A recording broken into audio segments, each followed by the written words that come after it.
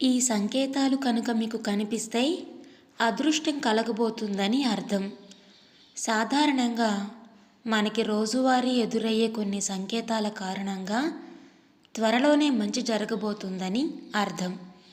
మరి ఏ సంకేతాలు కనిపిస్తే మంచి రోజులు రాబోతున్నాయని అర్థమో ఇప్పుడు మనం తెలుసుకుందాం.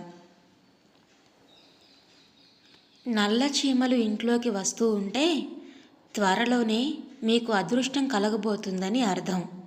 అందుకే చాలామంది ఇంట్లోకి నల్ల చీమలు వస్తే వాటిని వెంటనే బయటికి పంపరు. గుడికి వెళ్ళినప్పుడు లేదా ఇంట్లో దేవుడి దగ్గర పూజ చేసే సమయంలో సాధారణంగా అందరూ కొబ్బరికాయలు కొడుతూ ఉంటారు. అయితే అలా కొట్టిన కొబ్బరికాయలో పువ్వు వస్తే మీకు అదృష్టం వరించబోతుందని అర్థం. ఇంటి ఆవరణలో పక్షి గూడు కట్టుకొని ఉండడం కూడా శుభశకునానికి సంకేతంగా భావిస్తారు. అయితే ఇంటి చుట్టూ చెట్లు ఉంటేనే మాత్రమే ఆ అవకాశం లభిస్తుంది. ఇంట్లో దేవుడి వద్ద పెట్టిన దీపం నుంచి కొన్నిసార్లు చప్పుడు వస్తుంది. అలా వచ్చిన చప్పుడు మనకి వినిపిస్తే అదృష్టం త్వరలోనే రాబోతుందని అర్థం. హిందువులకు గోవులంటే దేవుడితో సమానం. అందుకే అలాంటి తెల్లని ఆవు ఇంటి నుంచి బయటకు వెళుతున్నప్పుడు, అలాగే గుడి నుంచి తిరిగి ఇంటికి వస్తున్నప్పుడు కనిపిస్తే మంచి జరగబోతుందని అర్థం. ప్రొద్దున ఏదైనా పని ఉండి బయటకు వెళుతున్నప్పుడు మనం స్టార్ట్ అయిన వెంటనే ఇద్దరు బ్రాహ్మణులు ఎదురు వస్తే త్వరలోనే మంచి జరగబోతుందని సంకేతంగా భావిస్తారు. కోతులు మంగళవారం ఇంటి కప్పు మీదకి రావడం, ఎక్కువసార్లు నెమలి కనిపించడం, పూజా కొబ్బరికాయ కొల్లడం వంటివి జరిగితే అదృష్టం కలగబోతుందని అర్థం. ఎవరైనా నిద్ర లేచాక కొబ్బరి చిప్ప కనిపిస్తే వారికి డబ్బు వచ్చినట్లే. చిప్పలో కొబ్బరి ఉన్నా లేకపోయినా డబ్బు వచ్చే సంకేతాలు ఉన్నట్లే.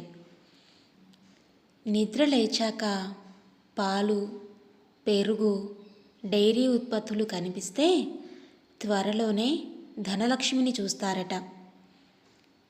మీరు కలలో బంగారం రంగులోని పాముని చూశారంటే కొద్ది రోజుల్లోనే మీకు బోలెడు డబ్బు వస్తుందిట.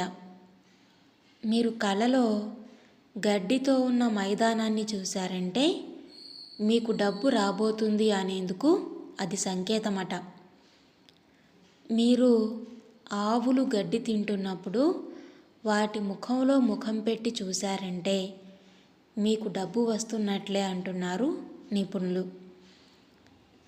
మీరు అలా బయటికి వెళ్ళినప్పుడు మీకు చెరుకు గడలో చెరుకు తోటో కనిపించిందంటే మీకు కనకవర్షమే.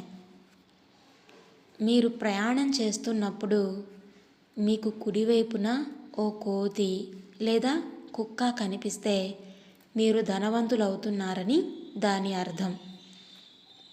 మీ ఇంటి దగ్గర ఓ గబ్బిలం వచ్చి ఉంటున్నట్లయితే మీరు మరింత రిచ్ అవ్వబోతున్నారని దాని మీనింగ్.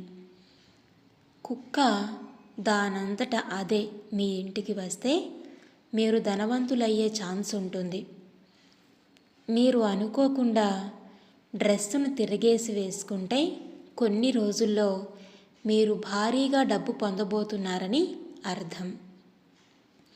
మీరు గవ్వల సౌండు, ఇతర ఏదైనా స్వీట్ సౌండ్ వింటూ నిద్రలేస్తే మీకు ఆర్థికంగా మెరుగవుతున్నట్లే.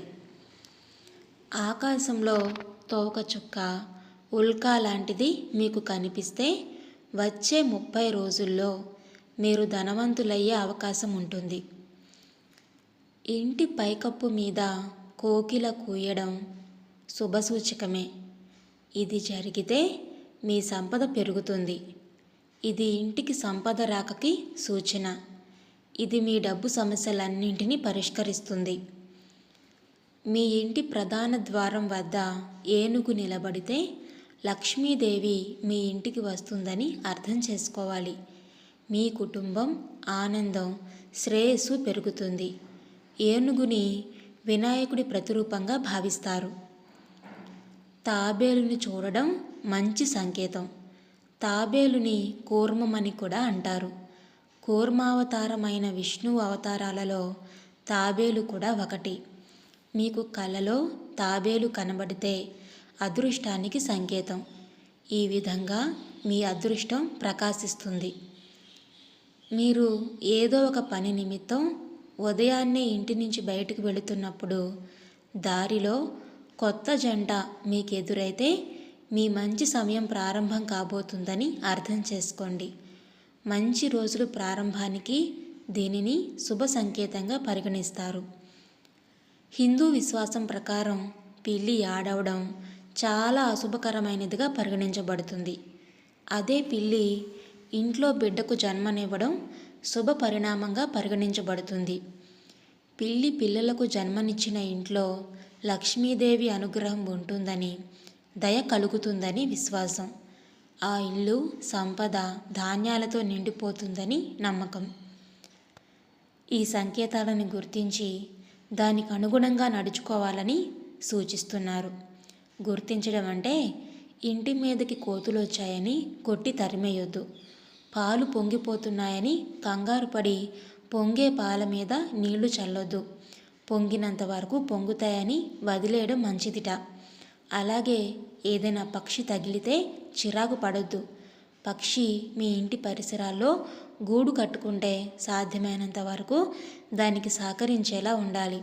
అంతే తప్ప ఆ పక్షుల్ని కొట్టి తరిమేయొద్దు. ఏనుగు కనిపిస్తే భయపడొద్దు. అది లక్ష్మీదేవి స్వరూపమని భావించి ఏదైనా ఆహారం పెడితే మంచిది. ఇంట్లోకి చీమలు వస్తే చీమల మందు వేసి చంపేయొద్దు. ఇలా కొన్ని శుభ సంకేతాలను గుర్తించి దానికి అనుగుణంగా నడుచుకోవాలని నిపుణులు సూచిస్తున్నారు. విన్నారు కదండి? ఈ వీడియో మీకు నచ్చిందా? నచ్చితే లైక్ చేయండి, అలాగే షేర్ చేయండి. మీ విలువైన అభిప్రాయాలను కామెంట్స్లో తప్పకుండా తెలియచేయండి. ఇలాంటి మరెన్నో మంచి మంచి విషయాలను తెలుసుకోవడానికి మన ఛానల్ని తప్పకుండా సబ్స్క్రైబ్ చేసుకోండి. మరలా మరొక మంచి టాపిక్తో మళ్ళీ కలుద్దాం. అప్పటి వరకు ఉంటానండి.